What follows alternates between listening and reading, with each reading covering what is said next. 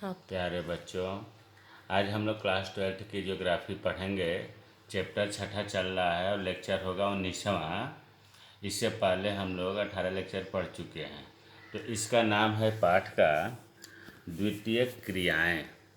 इससे पहले प्राथमिक क्रियाएं हम लोग पढ़े थे, जिसमें यह था कि प्राथमिक क्रियाओं के अंतर्गत कृषि, खनन, पशुचारण, लकड़ मछली पालना, वनों से लकड़ी काटना, ये आता है। अब है द्वितीय क्रियाएं। देखो, द्वितीय क्रियाएं जो है, द्वितीय क्रियाओं द्वारा प्राकृतिक संसाधनों के मूल्य में वृद्धि होती है। इसमें प्रकृति में पाए जाने वाले कच्चे माल का रूप बदलकर उन्हें मूल्यवान बनाया जाता है। इसका मतलब हुआ कि जो प्राकृतिक संसाधन हैं, प्राकृतिक संसाधन अर्थात कच्चा माल जो मिलता है, उसमें हम कुछ ऐसे कार्य करते हैं जाकि वो अधिक से अधिक मूल्य का वस्तु बन जाए।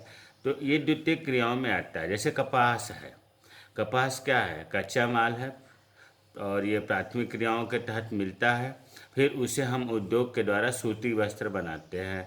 लौह अयस्क ज़मीन से निकालते हैं, फिर उससे हम मशीनों का निर्माण करते हैं। तो द्वितीय क्रियाएं में एक बात नाम लेते ही याद आ जाए कि उद्योग की बात हो रही है। कच्चे माल को हम अधिक मूल्यवान वस्तु बनाते हैं, उसे द्वितीय क्रियाएं कहते हैं। अब देखो, इसमें एक शब्द है विनिर्माण। विनिर्माण और विनिर्माण उद्योग में थोड़ा अंतर है, ध्यान दें। विनिर्माण, विनिर्माण का अर्थ किसी भी वस्तु के उत्पादन से है। किसी भी वस्तु के उत्पादन से है। वह वस्तु हाथ से बनाया गया हो या मशीन से बनाया गया, दोनों तरह की वस्तु उत्पादन इसमें आता है। तो विनिर्माण का अर्थ क्लियर हो गया होगा, वस्तु के उत्पादन से है।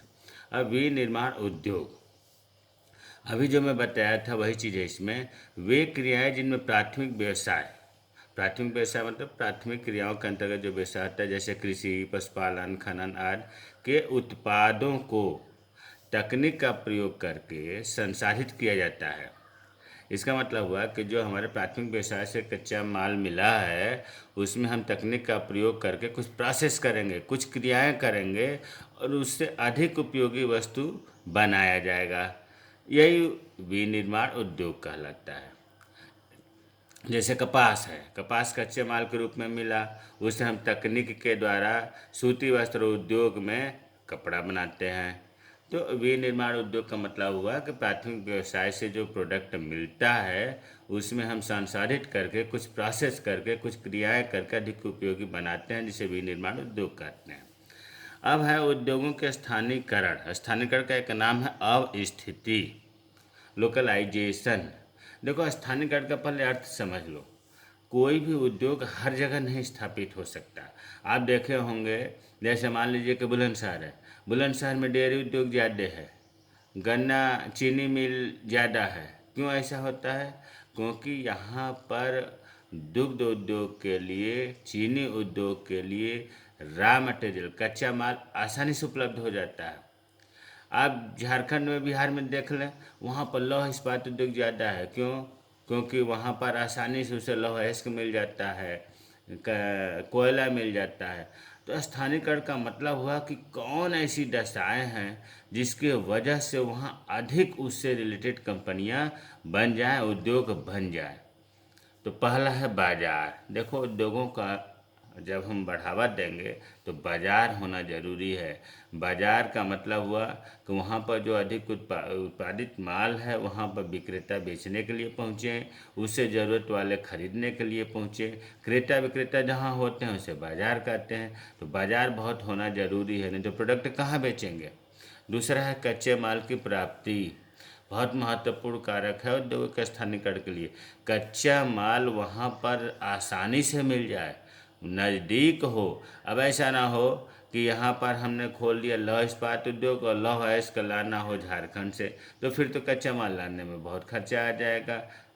हमें तो वही चीज़ उद्योग खोलना है जो वहाँ पर आसानी से कच्चा माल मिले, ताकि सस्ता भी हो और आसानी से परिवहन खर्चा कम हो। तो वही चीज़ है, कच्चे माल के स्रोत के समीप उद्योग होना चाहिए। तीसरा है शक्ति के साधन। शक्ति के साधन का मतलब पावर से है। अब भाई, उद्योग ऐसे थोड़ा नहीं चलेगा, बिजली से चलेगा, बिजली नहीं है तो कोयला से चलेगा, डीजल पेट्रोल से चलेगा। कुछ तो शक्ति चाहिए, लेकिन हमें वो शक्ति चाहिए जिससे खर्चा कम आवे। बिजली बिजली में भी मान लो जो जल से उत्पादन से जो बिजली हो रही है उससे खर्चा कम आता है, तो वहाँ पर बिजली के स्रोत भी होना चाहिए, तभी तो उद्योगों का स्थानीयकरण होगा। श्रम आपूर्ति, आज के ज़माने में मैं मान रहा हूँ कि कंप्यूटर का ज़माना है, मशीनों का ज़माना है, अपने आप चलने वाली मशीनें आजकल काम कर रही हैं, लेकिन इसके बाद भी मजदूर का, कुशल श्रमिक की महत्व आज भी है। ऐसा नहीं है कि कंप्यूटर और मशीनीकरण का ज़माना आ गया तो श्रमिक नहीं चाहिए, इसके बावजूद भी वहाँ पर हमें श्रम मिल जाने चाहिए, कुशल श्रमिक मिलने चाहिए और सस्ते मिलने चाहिए। पांचवा है परिवहन एवं संचार की सुविधा।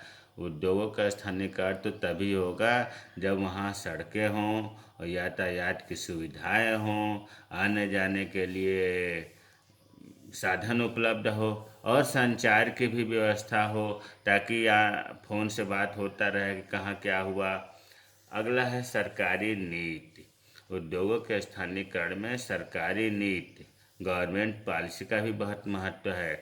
देखो कुछ ऐसी उद्योग होते हैं जिन पर सरकार जो है टैक्स ज़्यादा लगा देती है, जिससे उत्पादन खर्चा बढ़ जाता है, लाभ कम होता है। कुछ ऐसे उद्योग हैं जिस पर सरकार आर्थिक सहायता सब्सिडी देती है, जिससे लाभ बहुत ज़्यादा बढ़ जाता है। तो सरकारी नीति भी उद्योगों के स्थानीयकरण के महत्व बहुत रखती है। तो ये उद्योगों के स्थानीयकरण में 6-7 पॉइंट है, इन्हें तैयार कर लीजिएगा। जय हिंद, जय भारत।